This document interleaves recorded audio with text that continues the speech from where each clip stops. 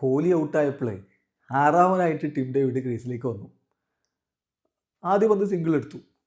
പിന്നെ മറുഭാഗത്ത് പൊളിച്ചടുക്കി നിൽക്കുന്ന കൃണാലിനോടൊരു ചോദ്യം, ഇനി എത്ര റൺസ് വേണം? ഇനി 17 റൺസ് വേണം. ഈ ഓവർ ആരാണ് എറിയുന്നത്? മുകേഷാണ്. അപ്പോൾ അവസാനത്തെ ഓവർ ആരെറിയും? അത് സ്റ്റാർക്കാണ്. ഓ, അതിന് നിൽക്കണ്ട, നമുക്കിപ്പോൾ പണി തീർക്കാം. ഇപ്പോൾ പണി തീർക്കുക? അതെ, ആകെ 17 അല്ലേ, അതിപ്പോൾ തന്നെ അടിച്ചങ്ങ് എടുത്തേക്കാം. അതെന്തിനാണ് അത്ര വേഗത്തിൽ അടിക്കുന്നത്? പോയിട്ട് വേറെ പണിയുണ്ടെന്നേ, പോയിട്ട് വേറെ പണിയുണ്ട്, ഇതും കൊണ്ട് ഇവിടെ നിൽക്കാൻ പറ്റുമോ? തീരുമാനമാക്കി കളയാം. എന്നിട്ട് ചെയ്ത പണി എന്താണ്? മുകേഷ് കുമാറിന് അറഞ്ചും പറഞ്ചും പഞ്ഞി കിട്ടും. ആ ഓവറിൽ തന്നെ കളിയും അങ്ങ് തീർത്തു. ടിം ഡേവിഡ് 5 പന്തുകൾ മാത്രം നേരിട്ട് 19 റൺസാണ് അടിച്ചത്. ഒരു ഓവർ ബാക്കി നിൽക്കെ, ഒരു ഓവറല്ല, 9 ബോളുകൾ ബാക്കി നിൽക്കെ, 9 ബോളുകൾ ബാക്കി നിൽക്കെ വിജയത്തിലേക്ക് കൊണ്ടുപോയി RCB. എന്തായാലും മുകേഷ് കുമാറിൻ്റെ ഒരു വിധി, അദ്ദേഹത്തിന് ഇന്നലെ ഒട്ടും നല്ല ദിവസമായിരുന്നില്ല. പക്ഷെ ടിം ഡേവിഡ് ഇങ്ങനെ തുടങ്ങിയ പിന്നെ എന്ത് ചെയ്യാനാണെന്ന്? അയാൾക്ക് വേറെ പണിയുണ്ട്. ഇതും കൊണ്ട് ഇവിടെ അവസാനം വരെ നിൽക്കാൻ സമയമില്ല. അതുകൊണ്ട് പെട്ടെന്ന് പണിയും തീർത്തങ്ങ് പോയി. കൃണാൽ പാണ്ഡ്യ അപ്പുറത്ത് നോക്കി നിൽക്കുകയാണ്. ഇതുവരെ എത്തിച്ചിട്ട് ഒരു മൈൻഡും ഇല്ലാതെ കളി അങ്ങ് തീർത്ത് പോവുകയാണ് പഹയൻ. എന്തായാലും ടിം ഡേവിഡിൻ്റെ ഈ വരവ്, എന്ന് പറഞ്ഞാൽ മുംബൈയിൽ നിന്ന് പുറത്തായിട്ടുള്ള ഈ വരവ്, മുംബൈയിൽ അത്ര വലിയ ഒരു പ്രകടനമൊന്നും കാണിച്ചിട്ടുണ്ടായിരുന്നില്ലല്ലോ. ഈ വരവ്, RCBയിലേക്കുള്ള വരവ്, അത് ചിലത് നിശ്ചയിച്ചുറപ്പിച്ചിട്ടാണ് എന്നത് വളരെ വ്യക്തമാണ്.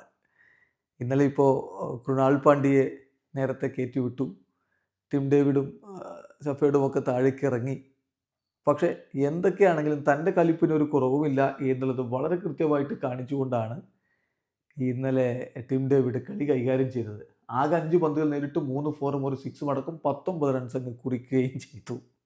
അതാണ് ഉണ്ടായിട്ടുള്ളത്. 380 ആയിരുന്നു സ്ട്രൈക്ക് റേറ്റ്. എന്തായാലും ഇത് വല്ലാത്തൊരു ചെയ്ത്തായിപ്പോൾ. നമ്മുടെ കമൻറ്റ് ബോക്സൊക്കെ നോക്കുക, ആ മാച്ച് റിപ്പോർട്ട് ഇട്ട കമൻറ്റ് ബോക്സ്, അതിൽ മുഴുവൻ ഈ തരത്തിലാണ്. ടിം ഡേവിഡിന് പോയിട്ട് വേറെ പണിയുണ്ട്, ഇത് കഴിഞ്ഞിട്ട് 2 റീൽസ് എടുക്കാൻ പോകാനുള്ളതാണ് എന്നൊക്കെ പറഞ്ഞു. കാരണം ഇപ്പോൾ പലർക്ക് റീൽസ് ആണല്ലോ മുഖ്യം, അതുകൊണ്ടായിരിക്കും അങ്ങനെ കമൻറ്റ്.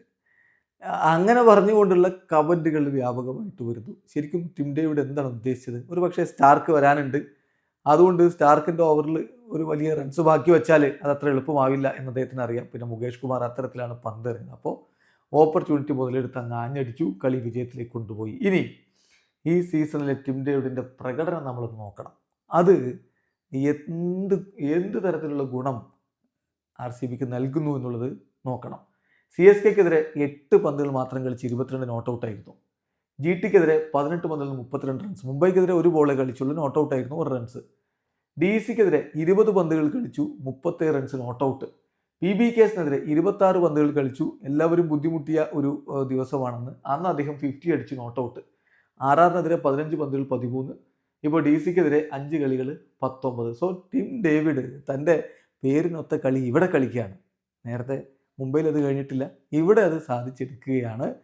ഏതായാലും ടിം ഡേവിഡിനെ എടുക്കുമ്പോൾ അദ്ദേഹത്തിന് സ്പിന്നേഴ്സിനെതിരെ ബുദ്ധിമുട്ടുണ്ട്, ഫിനിഷിങ്ങിന് ബുദ്ധിമുട്ടാകും എന്നൊക്കെയുള്ള വലിയ വിവാദങ്ങളും വിമർശനങ്ങളൊക്കെ ഉണ്ടായിരുന്നു.